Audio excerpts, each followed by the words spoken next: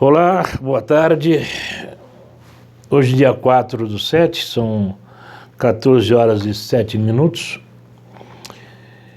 Eu peço permissão para entrar na sua casa, no seu consultório, invadir a sua privacidade, mas o tema que me traz é um tema sério, envolvendo dois médicos, um médico de São Paulo e um médico de Teresina.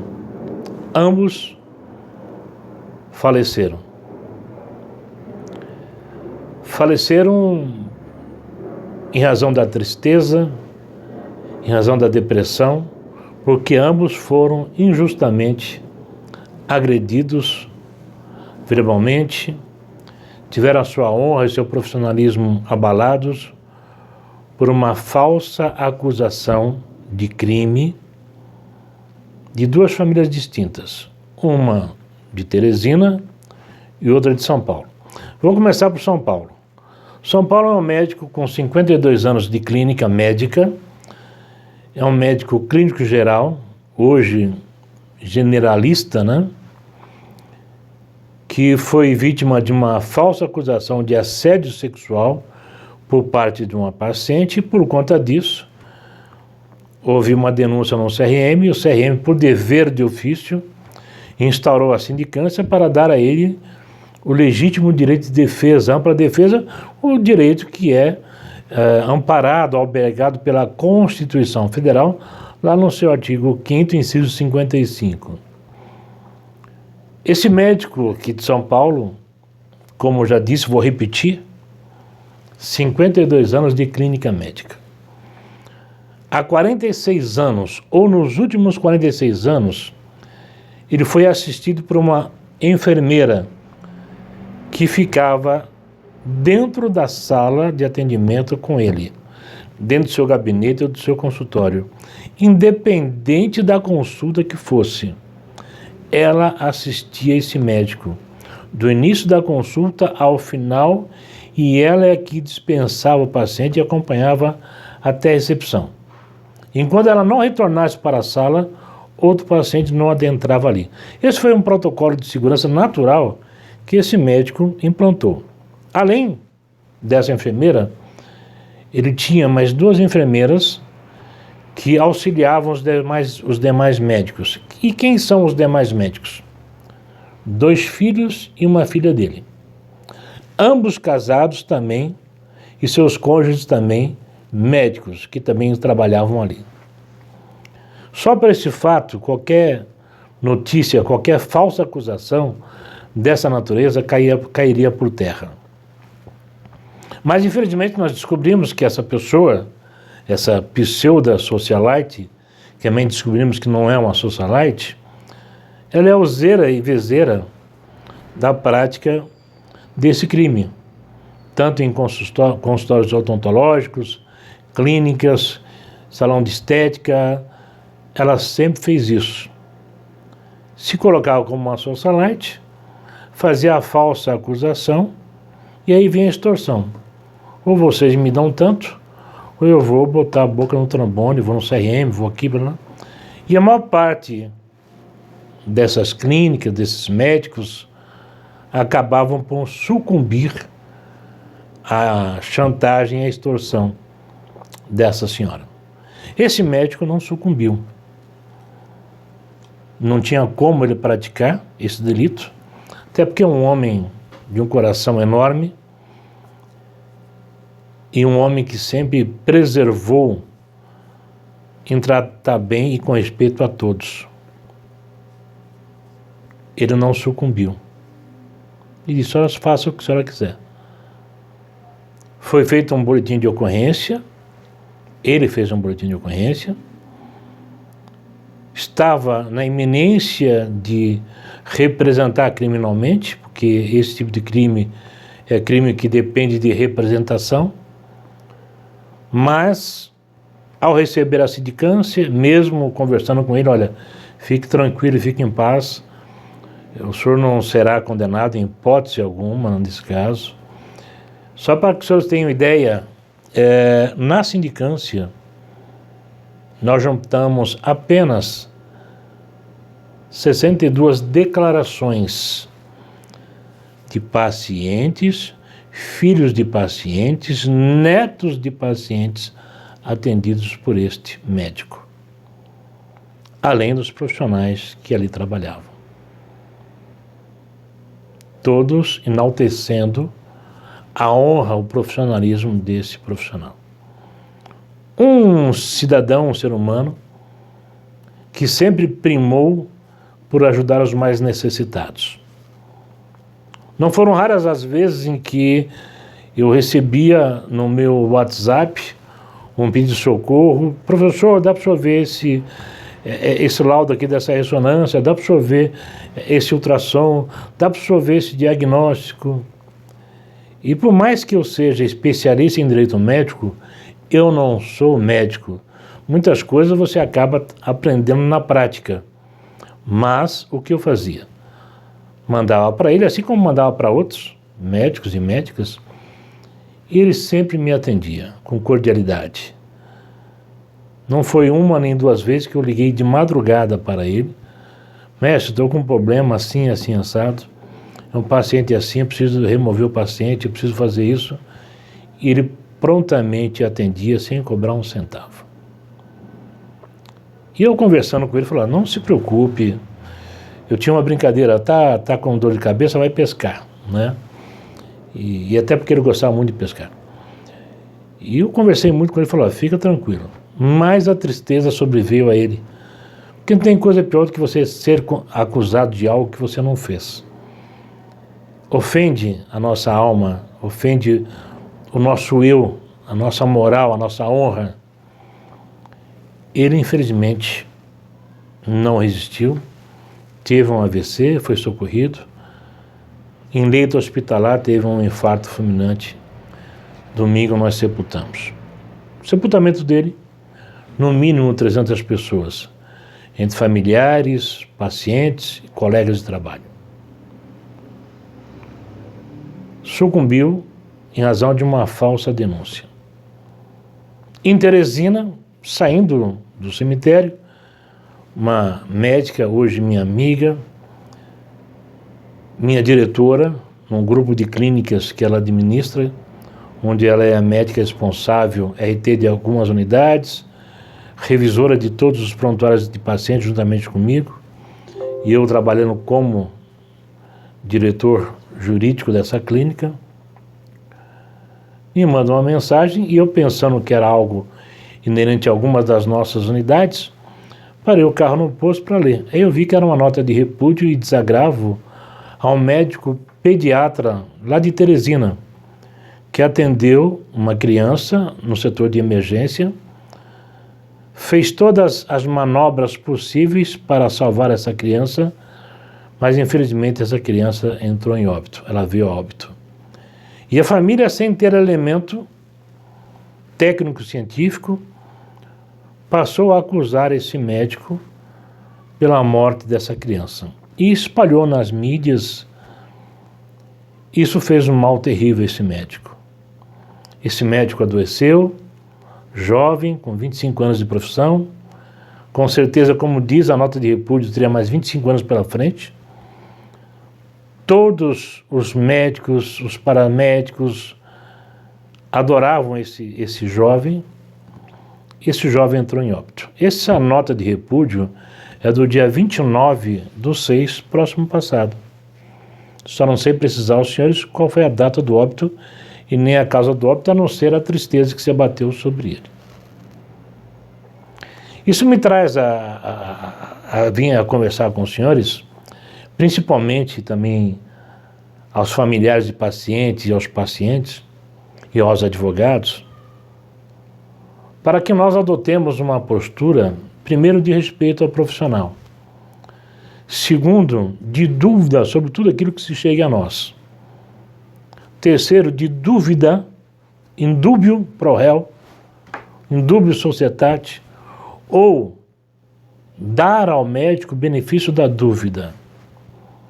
Portanto, como eu ensino no curso de Direito Médico, tanto para os advogados como enfermeiros, como para os médicos, são duas aulas distintas.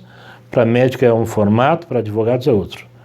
Para os advogados, eu sempre digo o seguinte: quando uma família te procurar, olha, eu quero processar o doutor fulano e tal, porque ele teve um erro, deu uma injeção, o meu parente morreu, ou operou errado, ou teve um efeito colateral que não foi falado, né?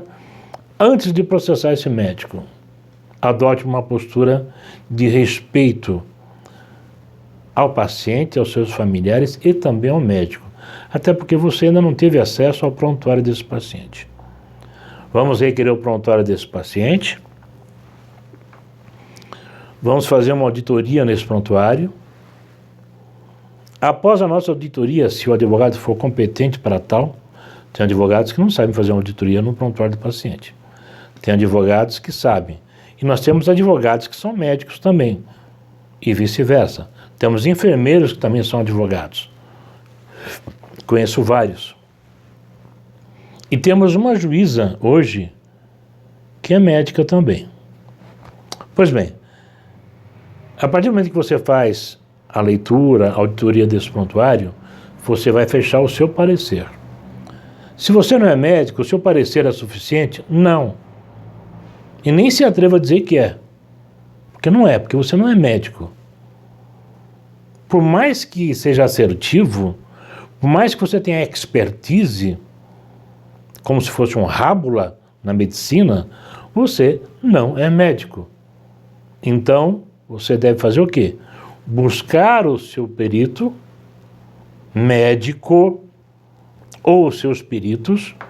Olha, está aqui esse prontuário, a queixa do paciente dos familiares é esta, analisem e me dêem um parecer.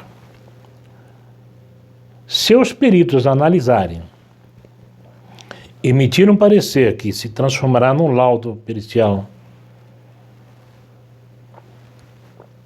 informando, olha, realmente aqui, infelizmente, ocorreu um erro médico ou um erro personalíssimo do médico, ou os dois.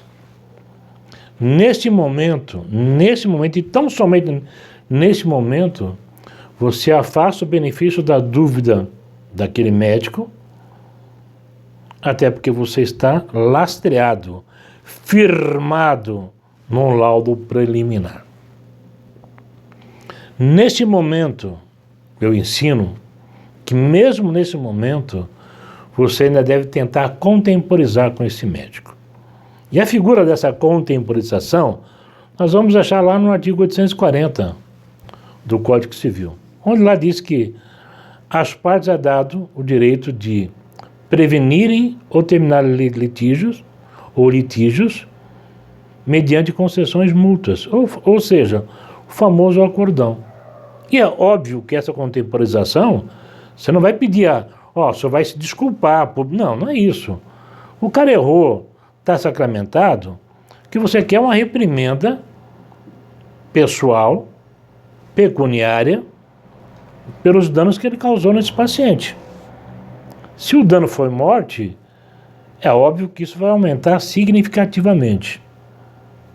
Professor Jaime, durante toda a sua experiência, quantos acordos extraprocessual ou processuais o senhor teve visto?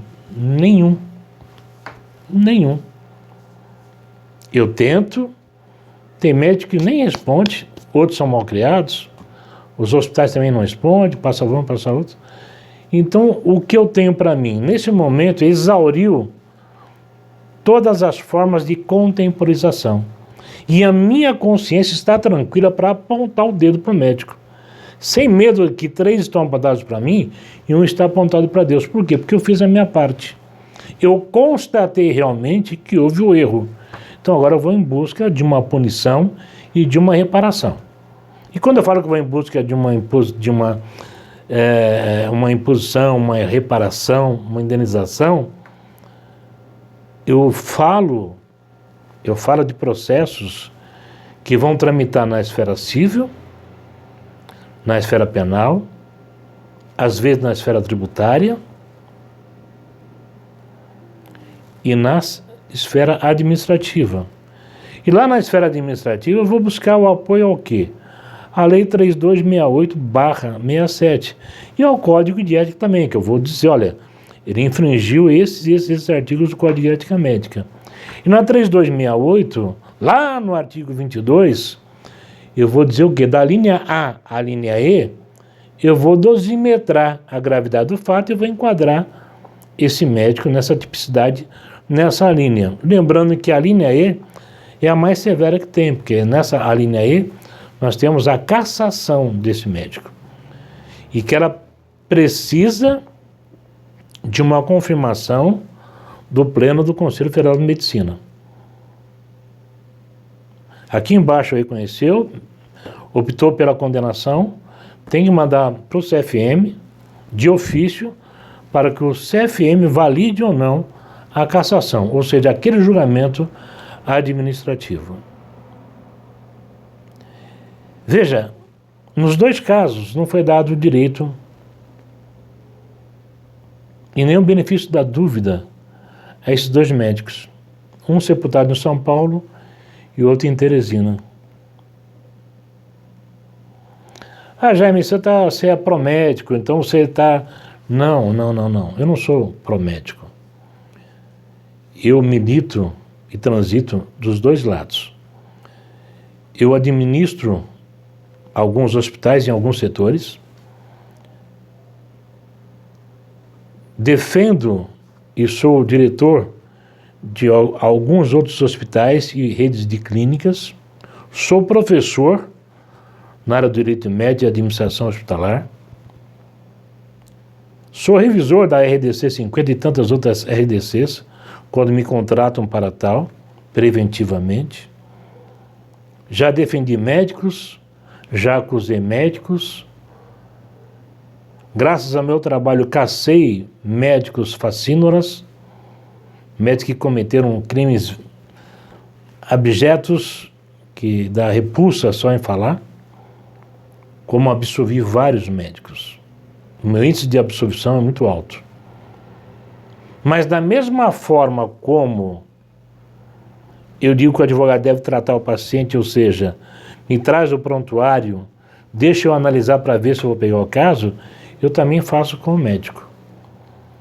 Doutor, eu fui injustamente processado, PPP. Opa, beleza? Tá com a cópia do prontuário? Não estou. Então, primeiro só me traz a cópia. Vai no hospital, pede. Por quê? Porque lá do artigo 80 ao 90 ali do Código de Ética Médica, lá tem, salvo engano, o artigo 84, salvo engano, 84, diz que a seu benefício, em sua defesa, o médico também pode pedir cópia do prontuário do paciente, para a sua defesa. Lembrando que hoje nós temos a Lei Geral de Proteção de Dados também, que também limita um pouco essa questão dos documentos médicos, as informações, dados sensíveis que ali constam. Quando esse médico traz para mim, doutor, inclusive eu quero já abrir aqui o prontuário do senhor, não, o senhor não vai mostrar nada. O prontuário já está aqui, ou por disquete, ou por CD, ou físico. Agora eu vou ler o prontuário, eu vou auditar o prontuário, eu vou emitir o meu parecer, vou chamar os meus peritos, de acordo com a especialidade que nós estamos tratando, e esses peritos vão dizer se eu estou certo ou se eu estou errado. Se o perito chegar para mim e falar, Jaime, nesse caso esse médico não errou, então eu pego o caso para defender. Jaime, infelizmente nesse caso o médico errou. Eu me dou o direito de não pegar o caso. Por quê? Porque se eu pegar o caso, eu vou estar crucificando ou colocando um prego a mais na cruz desse paciente ou dos seus familiares. E aí é uma questão de entendimento espiritual meu. Ok? Então hoje, o que nós precisamos colocar nas nossas cabeças, médicos, quando atenderem um paciente, faça uma anamnese por excelência. Fechou o diagnóstico, explique exaustivamente o diagnóstico para esse paciente. Como o senhor chegou nesse diagnóstico?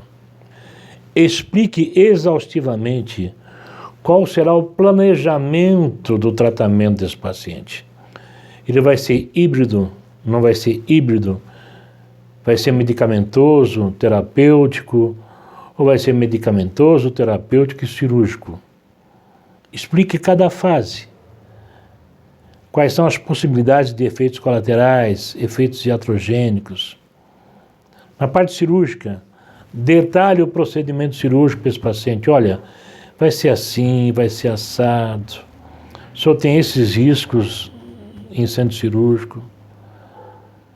Eu posso abrir o senhor e, além daquilo que eu já diagnostiquei, encontrar uma coisa mais grave. Aí eu vou ser obrigado a fechar o senhor, não posso operar porque essa coisa mais grave não vai permitir que eu opere o senhor. E até porque é uma cirurgia eletiva e eu posso, se eu aprofundar, eu posso levar o senhor a óbito, né? Não estou falando no caso de emergência, que é diferente. Eu tenho que abrir o paciente, fazer o que tem que fazer e tentar salvar esse paciente. Um TCI, escreva um filme, mas eu não tenho tempo, arrume o tempo. Porque se o senhor não tem um tempo hoje para fazer um bom TCI, você vai ter que arrumar um tempo para se defender, explicar para o juiz por que o senhor fez um péssimo TCI. E engolir uma condenação. E é um apenamento ainda que pode ser de R$15.000 por cada ato não praticado pelo senhor, fora aquilo que o paciente está pedindo. Exaustivamente, aprenda a escrever de forma correta um prontuário. Faça um bom prontuário, um bom diagnóstico, um bom TCI, que em algum momento da sua vida vocês vão precisar desses papéis de trabalho para fazer as suas defesas. Jaime, como é que eu vou fazer isso se eu trabalho em um hospital que eles me dão 15 minutos para atender um paciente? Atender, fechar um diagnóstico, dar o prognóstico e fazer o planejamento. Isso acontece nos hospitais públicos, tanto estadual como municipal. Aí eu digo para vocês, dentro do seu consultório, a autoridade máxima é o senhor. Se o seu diretor clínico lhe deu 15 minutos por cabeça, você vai atender o paciente do tempo que o senhor achar necessário. E se o seu diretor clínico ou diretor técnico vier encher o saco, desculpe o palavreado chulo, o senhor diga para ele o seguinte: a autonomia aqui é minha. Se o senhor não quer, o senhor me demita, mas justifique por quê. Porque eu vou processar o senhor. E vou ganhar. Porque eu tenho que preservar o princípio da dignidade da pessoa humana. Artigo 1º, inciso 3º da Constituição Federal. Eu tenho que preservar o meu código de ética médica, preservar a mim. Quem em sã consciência consegue hoje fazer uma anamnese, fechar um diagnóstico, fazer um planejamento do tratamento em 15 minutos? Difícil, muito difícil. Fica aqui os meus sentimentos aos familiares desse médico aqui de São Paulo, aos familiares desse pediatra lá de Teresina, meu apoio aos médicos que fizeram a nota de repúdio e o desagravo, e o meu alerta a todos os pacientes, familiares e pacientes. Antes de processar um médico, se acerquem de todas as informações de segurança possível para depois processá-los, porque isso pode se virar contra os senhores. Ah, mais uma vez estou achando que você só defende médicos. Não, eu estou com um caso recente na minha família, um tio meu esteve internado, recebeu alta hospitalar e não alta médica, com o pé necrosado. A mulher, ao chegar em casa para fazer o curativo, notou que o pé estava necrosado. Cheirava a carniça. Volta com esse meu tio para o hospital.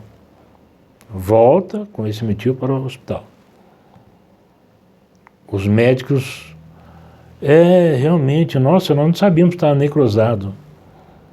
Ela me liga, aliás, ela pediu para um outro primo meu ligar, que é o Chaves, oficial da Polícia Militar, oficial bombeiro, excelente profissional. Ele me relata os fatos e eu digo, peça a ela para descer agora na administração, pedir cópia integral do prontuário e peça a ela para que a recepção faça descer o diretor técnico ou o diretor clínico. E diga para a recepção assim agir, senão isso vai tomar um rumo não desejado para ninguém. Entro em contato com esse hospital e após o meu contato as coisas mudam. 2 horas depois ele estava em centro cirúrgico para amputar a perna. Isso porque ele recebeu alta hospitalar para continuar o tratamento na sua casa, com o pé necrosado. Tá certo que é um paciente com várias comorbidades, renal crônico, diabético, já tinha tido um AVC, mas ele merecia respeito e um tratamento adequado. Evoluiu a óbito. Eu, em posse do prontuário dele, estou revisando, vou pedir complemento do prontuário, que eles deram só o parcial, vou pedir o complemento do prontuário, vou analisar e eu já emiti um juízo de valor, dado as circunstâncias, aos depoimentos que eu colhi das pessoas que ficaram com ele naquele hospital, cuidando dele, auxiliando, além da esposa, que hoje é viúva. Eu já tenho o meu juízo de valor, mas o meu juízo de valor jamais vai suplantar o meu dever de cautela. E é por isso que eu vou ter acesso a todo o prontuário e depois vou adotar as medidas necessárias para que haja uma reparação à viúva e ao filho deste meu tio. Então na minha família eu tenho isso. Tem médicos que foram meus alunos, que vieram com problemas sérios para mim, que eu faço a análise e falo, cara, aqui você errou. Você errou e errou feio, e você sabe disso. Então vamos fazer o seguinte, você tem seguro? Tenho. Tem seguro profissional? Vamos tentar compor um acordo com essa família, se libera o teto da pólice de seguro e tentamos matar. Porque chega uma hora que, se o paciente morreu, o que a família quer não é só um pedido de desculpas. Ela quer uma reparação. Aquele homem ou aquela mulher que morreu, ela tinha um salário, ela tinha uma renda. Por trás dela ou dele, pessoas que são seus dependentes. Né? Às vezes um empresário. E aí, morreu e acabou? Não, a família tem que ser resguardada. Então nada mais justo que a enfermeira receba uma indenização e que essa indenização se perpetue até a data em que essa pessoa viesse a se aposentar. Porque um ente foi ceifado da vida deles. A mesa ficou vazia. O patamar financeiro, o padrão, vai cair. Então eu não quero só um pedido de desculpas, eu quero sim uma reparação em pecúnia, é justo, é justo. Não vou devolver a vida, mas vou dar honra, dignidade aos que ficaram. E a sensação de que a justiça foi feita, mesmo que não se judicialize. Não sendo possível isso, vamos judicializar. Mas se eu vejo que o médico errou, e se o erro é crasso, eu me dou o direito de falar, doutor, você é meu amigo, cara, mas eu não vou pegar isso. Porque eu não gostaria de que um filho meu, uma filha minha, os meus netos, sofressem na sua mão. Eu não vou me sentir bem. É um direito de escolha minha. Então, senhores médicos, senhoras médicas, proprietários de clínicas, de laboratórios, diretores de hospitais, atentem para esses aspectos da segurança nos papéis de trabalho. Senhores pacientes, senhoras pacientes, familiares, antes de acusar alguém, tenham a certeza do que os senhores estão fazendo. Porque uma falsa acusação, contra o médico pode se reverter contra os senhores também. Ah, mas existe um espírito de corpo. Olha, na maior parte dos julgamentos que eu participei, eu não vi esse espírito de corpo, não. Não vi esse espírito de corpo. Eu vi um CRM atuante, delegado corregedor atuante, conselheiros atuantes, caçando, suspendendo, dando advertências.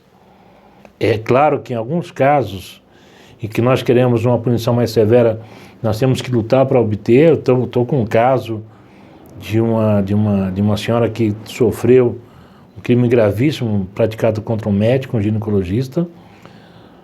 Esse médico foi absolvido em primeira instância, eu entrei para fazer o recurso, reverti a decisão, condenei esse médico, mas a condenação não foi suficiente, porque eu quero que era a cassação dele, porque o crime que ele cometeu é um crime muito grave, muito grave. Estamos aguardando, agora eu vou entrar na esfera judicial, para anular o último julgamento. Então nós não estamos falando de espírito de corpo, nós estamos falando de justiça. E a justiça verdadeira é aquela que você respeita até mesmo o direito do seu ofensor. É aquela que quando você entra, ingressa com uma medida contra um profissional, seja de qual área, vamos esquecer agora a medicina, qualquer área, você, ao ingressar com uma ação, você tem certeza absoluta que houve uma quebra de contrato, que houve um erro, que houve um não cumprimento de um contrato, para que você não tenha uma sentença espiritual contra você. Você imagina essa família, imagina os filhos desse médico, foi sepultado domingo agora. A dor que eles têm em chegar no consultório, na clínica que eles têm, e ver lá o espaço do paizinho deles vazio. Você imagina, sabendo que ele morreu por tristeza em decorrência de uma falsa acusação. Era o que eu tinha que falar com os senhores. Se me exaltei, peço escusas, mas é bem complicado essa situação. E o que a gente vê é um aumento crescente da judicialização contra médicos, por erro médico, por abuso. E vou dizer uma coisa para vocês, 90% desses casos, os médicos são absolvidos por falta de prova ou por não prática do ilícito que é intentado ou que lhe é imputado. Ah, mas então o médico foi absolvido. Pô, legal. Então não houve, como não houve uma injustiça? Se acusa alguém levianamente sem ter provas, você acha que isso não é uma injustiça? Isso é uma injustiça, sim. Você não tem ideia o mal que nós podemos fazer ou possamos fazer contra um profissional, quando nós acusamos ele levianamente. Você não tem ideia o mal. Quando o cara é canalha, a mulher é canalha, o profissional é canalha, é mais um processo, ele está andando, entendeu? Para não falar português mais claro. Está nem aí. Ele recebe aquilo, não assina, não aprende defesa e continua a vida dele. Vai embora do país. Mas quando o médico e a médica são sérios, quando o enfermeiro e a enfermeira são sérios, quando o fisioterapeuta, a fisioterapeuta é séria, quando a nutróloga é séria, quando o farmacêutico é sério, você não tem o direito de brincar com a imagem, com a honra dessa pessoa. Você tem o direito a processar? Tem. É constitucional? É. Mas antes de fazê-lo, se acerque da verdade real. Se realmente aconteceu. Vou dar para encerrar, vamos falar um caso típico. Caso típico que eu sempre uso nas minhas aulas. Aneurisma da aorta abdominal. A literatura médica diz, se ele for acima de 3 pontos, em centro cirúrgico, o risco de óbito chega a 95%. Durante a cirurgia ou no pós-cirúrgico, quando você coloca o paciente para acordar de novo. Então você entra no centro cirúrgico, o médico faz um excelente diagnóstico, passa para a equipe de cirurgiões, a equipe de cirurgiões confirma o diagnóstico, é um aneurisma da aorta abdominal, temos que operar, o volume dele está acima de 3, tem que operar. Mas é uma cirurgia de alto risco e geralmente é uma cirurgia de emergência. Mesmo assim, os médicos têm que chegar e falar, olha, essa aqui é uma cirurgia de alto risco. Ele tem risco de morrer na cirurgia e no pós-cirúrgico. As primeiras 24 horas são essenciais para saber se ele vai evoluir para óbito ou não. E tem pacientes, familiares de pacientes, processando no médico e achando que ele errou. Mas está na previsão, tá? Existe previsão para isso.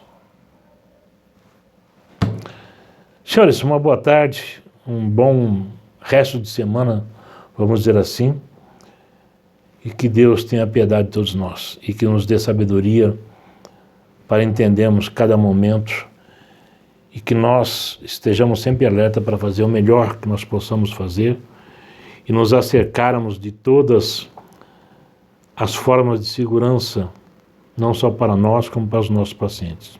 Forte abraço.